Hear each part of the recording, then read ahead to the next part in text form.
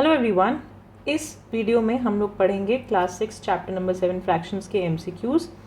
सारी कॉन्सेप्ट वाली वीडियोस मैं ऑलरेडी बना चुकी हूँ। इस वीडियो में हम लोग सिर्फ एमसीक्यूज़ देखेंगे, यानी ऐसे क्वेश्चंस जो फ्रैक्शन चैप्टर से आपके 1 मार्क में आ सकते हैं। सो बिना टाइम वेस्ट करे शुरू करते हैं। क्वेश्चन नंबर 1 है 2/5 + 3/10 + 11 अपॉन 20 इज इक्वल टू। तो बेसिकली आपसे पूछ रहा है इसको सॉल्व करके क्या आएगा। सो 2/5 + 3/10 + 11/20। सो सिंपल सा रूल है, फ्रैक्शंस को जब भी ऐड करते हैं हम एलसीएम लेते हैं। तो 5, 10 और 20 का एलसीएम आएगा 20। सो 5 की टेबल में 20 आता है हमारा 4 पे। 4 × 2 करेंगे, ऊपर वाले को मल्टीप्लाई करो 8 प्लस बीच में ये वाला साइन प्लस। 10 की टेबल में 20 आता है 2 पे। 2 × 3 इज़ 6। आई होप एलसीएम लेना आपको आता होगा। 20 की टेबल में 21 पे आता है। 1 × 11 इज़ 11। 6, 8 और 11 तीनों को प्लस करेंगे, ये आपको देगा 6, 8, 14, 25/20। सो ये ऑप्शन आपको दिख जाएगा आपके ऑप्शंस में। 25/20 ए पार्ट है। इसके अलावा आपको ऐसा भी हो सकता है कि ऑप्शंस में इसको कैंसिल करके यानी सिंपलेस्ट फॉर्म में दे 5/4 करके। ठीक है, तो जो भी ऑप्शन में मिल जाए वो आपका करेक्ट ऑप्शन है। तो फर्स्ट क्वेश्चन का आंसर है ए पार्ट। नेक्स्ट क्वेश्चन की तरफ बढ़ते हैं।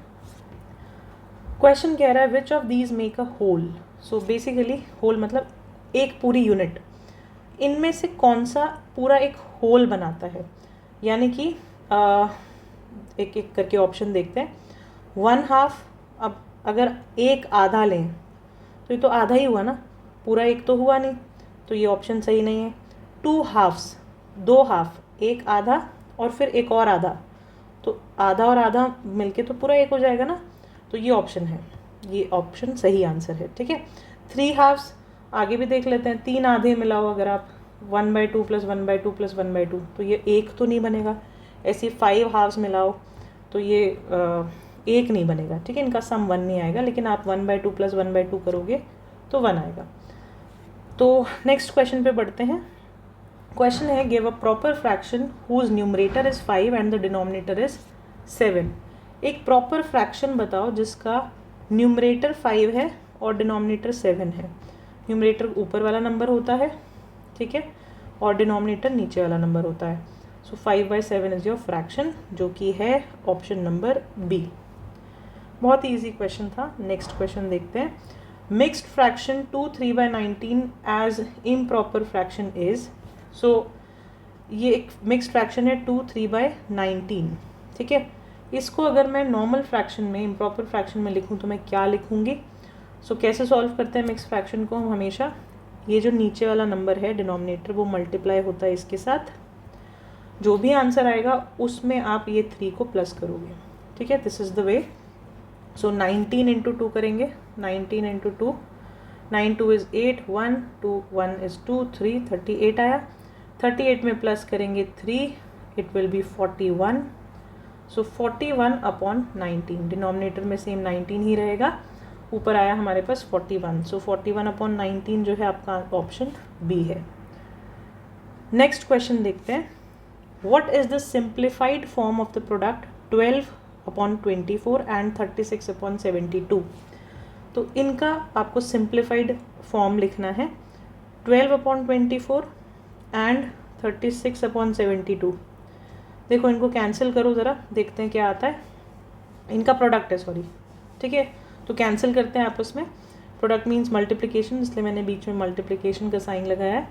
सो 12 को काटेंगे, 12 1 इज़ 12, 12 2 इज़ 24। ठीक है, इसी तरह 36 और ये कट करेंगे तो ये 36 1 इज़ 36 की टेबल अगर 2 से मल्टीप्लाई करो तो 72 आएगा। सो दोनों ही कट गए हमारे 1/2 से।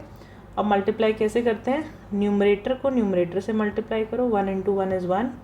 डिनोमिनेटर को डिनोमिनेटर से मल्टीप्लाई करो, 2 × 2 इज़ 4। ये आपका है 4। तो 1/4 is your required answer which is D part. Next question देखते हैं।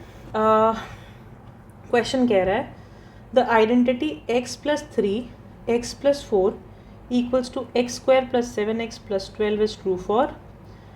ये पूछ रहा है कि x+3 x+4 इक्वल्स टू है x² + 7x + 12 के, ये किस वैल्यू ऑफ x के लिए ट्रू है, यानी कि कौन सी वैल्यू हम x में यहाँ डालें कि ये इक्वेशन जो है सही बैठे। तो आपको ध्यान होना चाहिए, पता होना चाहिए कि एक आइडेंटिटी है। कौन सी आइडेंटिटी?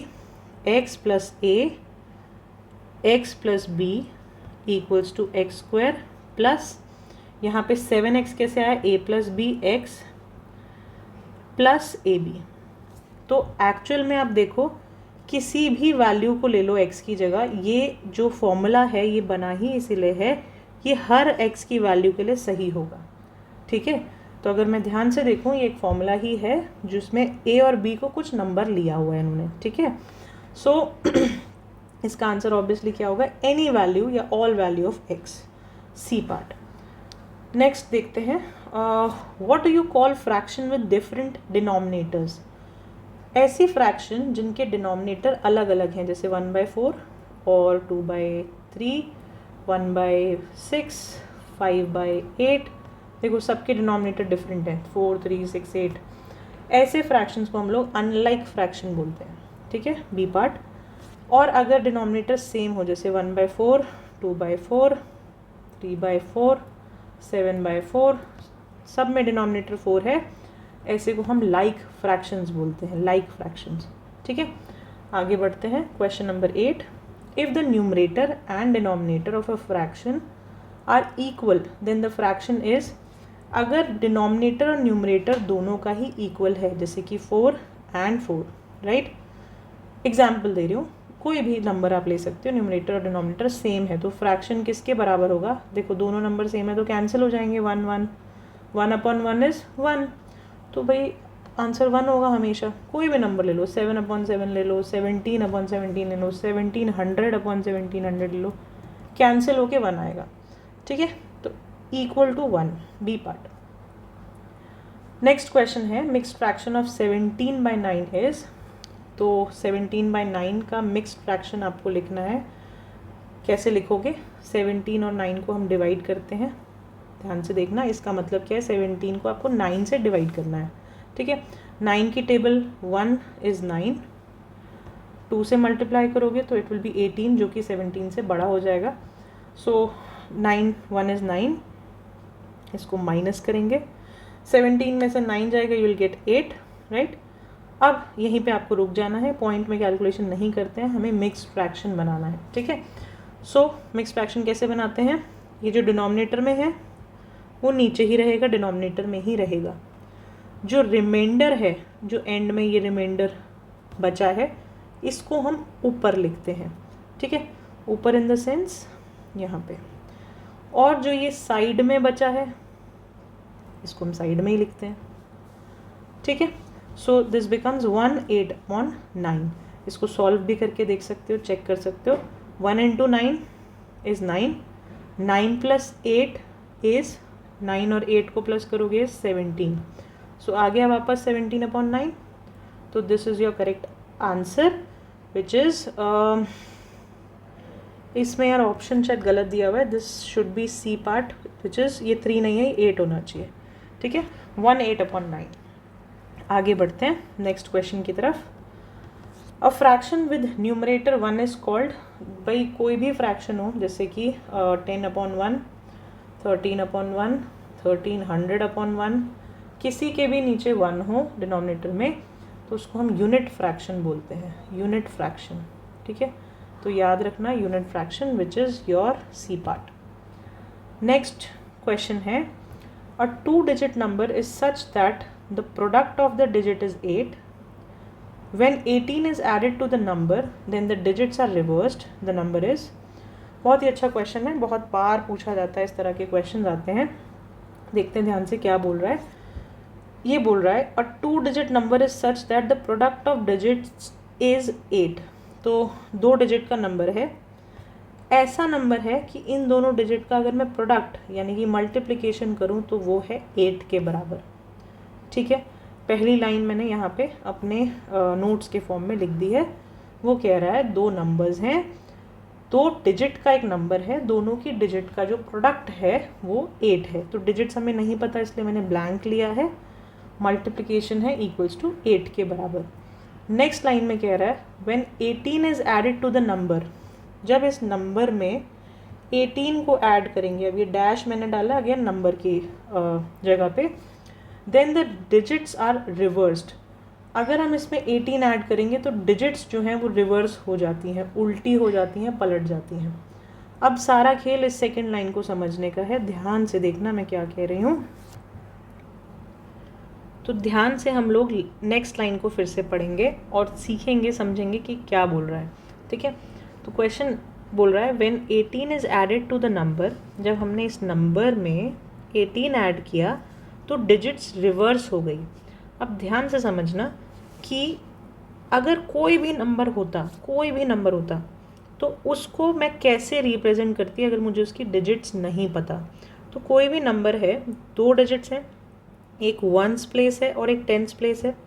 ठीक है, अब मैं एग्जाम्पल के तौर पे ले लेती हूँ। मान लो यहाँ पे होता 35। ठीक है, अब इस 35 को मैं अगर ब्रेक करके लिखती हूँ, एक्सपैंडेड फॉर्म में लिखती हूँ, तो कैसे लिखेंगे हम? 30 + 5। इसका मतलब क्या होता है? ये जो टेंस प्लेस वाला नंबर है हम इसको 3 × 10 की फॉर्म में लिखते हैं, और ये जो वंस वाला होता है इसको 5 × 1 की फॉर्म में लिखते हैं। बचपन में एक्सपैंडेड फॉर्म पढ़ा होगा, बचपन क्या 5th क्लास में भी पढ़ा होगा, 4th में भी पढ़ा होगा। तो एक्सपैंडेड फॉर्म में अगर देखें तो एक डिजिट है जो कि टेंस प्लेस वाली जो डिजिट है वो 10 से मल्टीप्लाई हो रही है, और वंस प्लेस वाली 1 से मल्टीप्लाई हो रही है, यही मतलब होता है। सो नंबर तभी बनता है। सो कोई भी नंबर हो, अब हमें ये डिजिट्स नहीं पता, हमें ये 3 नहीं पता, हमें ये 5 नहीं पता, तो हम इस 3 को x मान रहे हैं क्योंकि हमें नहीं पता, और y को इस 5 को हम y मान लेते हैं। ठीक है, सो अगर मुझे x और y नंबर है x y, इसको अगर मुझे एक्सपैंडेड फॉर्म में लिखना है तो मैं क्या लिखूंगी? इस नंबर को 10x, यानी x वाली जो डिजिट है वो 10 से मल्टीप्लाई हो रही है, प्लस 1y। अब 1 को लिखने की ज़रूरत नहीं है इसलिए y। तो एक्चुअल में हमारा जो नंबर होगा वो होगा 10x + y।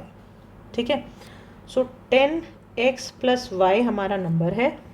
इसके साथ साथ अगर मैं इन डिजिट्स को रिवर्स कर दूं, उल्टा कर दूं, पलट दूं, x को y की जगह, y को x की जगह, तो बन जाएगा आफ्टर रिवर्सिंग, रिवर्स कर दूं तो बन जाएगा 10y + x। x की जगह पे y चला गया, y की जगह पे x आ गया। जैसे 35 वाले एग्जाम्पल में 53 कर दिया तो क्या हो जाएगा? 50 + 3 या 5 × 10 + 3, है ना। तो देखो 5 ने 3 की जगह ले ली, 3 ने 5 की जगह ले ली। ठीक है, इतनी बात अगर समझ में आई है तो हम आगे देखते हैं। Just a sec. ओके, अब देखो, तो सेकेंड लाइन हमें क्या बोल रही है कि अगर हमारा नंबर है 10x + y, जो कि नॉर्मल नंबर है, इसमें अगर मैं 18 प्लस कर दूं, इस नंबर में 18 प्लस कर दूं तो रिवर्स हो जाएंगी इसकी डिजिट्स, यानी कि बन जाएगा 10y + x। आई होप आपको ये बात समझ में आई होगी। तो ये आपकी है सेकेंड इक्वेशन, एक तरह से दूसरी लाइन जो बोल रही है। अब आपको सॉल्व करना है, तो सेकेंड इक्वेशन को थोड़ा सा सिंप्लीफाई करते हैं। 10x + y + 18 = 10y + x। y को y की जगह के साथ प्लस माइनस करो, x को x के साथ, तो ये x इधर आएगा, y को भी इधर ले आओ, तो 10x - x हो जाएगा। ये 10x और ये -x हो गया उधर आके। ठीक है, प्लस y अपनी जगह है, ये 10y इधर आके -10y हो जाएगा। 18 को हम उधर भेज देते हैं, -18 हो गया। ठीक है, आगे बढ़ते हैं। नेक्स्ट इज 10x - x होगा 9x, -10y + y होगा -9y = -18। ठीक है, अब देखो 9 कॉमन है तो 9 को कॉमन बाहर निकाल लो या कैंसिल कर दो। 9x - y बीच में बचेगा, और यहाँ से भी 9 आप कॉमन लो तो -2 बचेगा।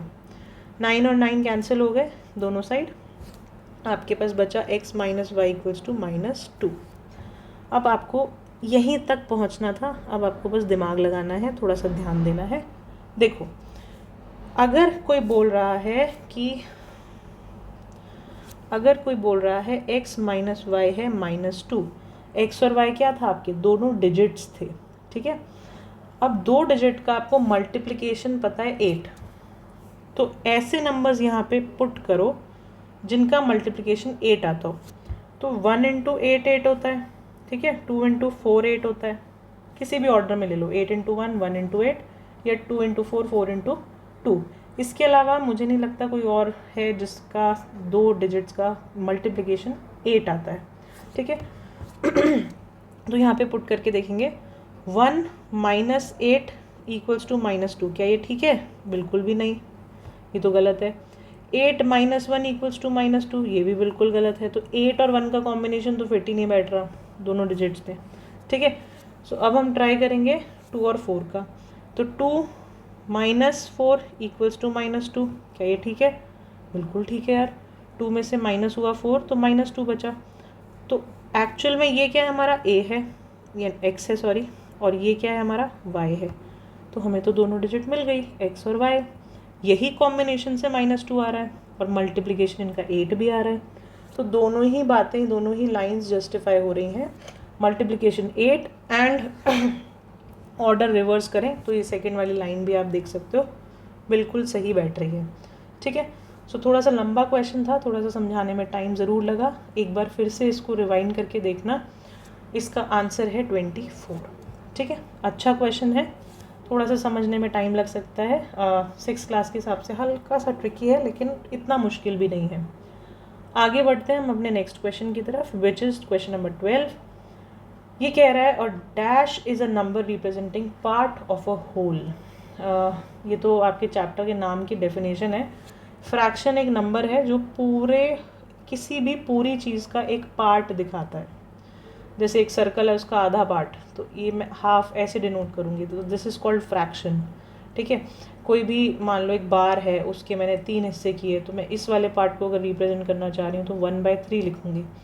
तो ये फ्रैक्शन मुझे हेल्प कर रहा है किसी भी चीज़ के हिस्से को दिखाने के लिए। तो इसका आंसर सी पार्ट है, fraction. Next is by how much is 19/20 greater than 2/20।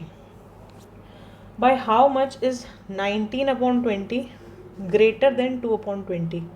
Question को समझना, नहीं समझ आए तो ईजी, मेरा बस ये राय होता है, एक सजेशन कि ईजी नंबर को पुट करके देखो, आपको समझ आ जाएगा क्या करना है।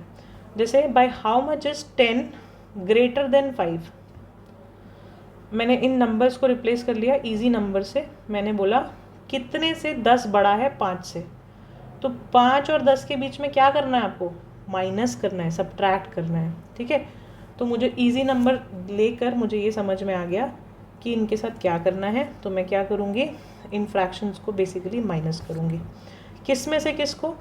सो इस वाले में से इस वाले को, क्योंकि बड़ा कौन सा है, ये वाला।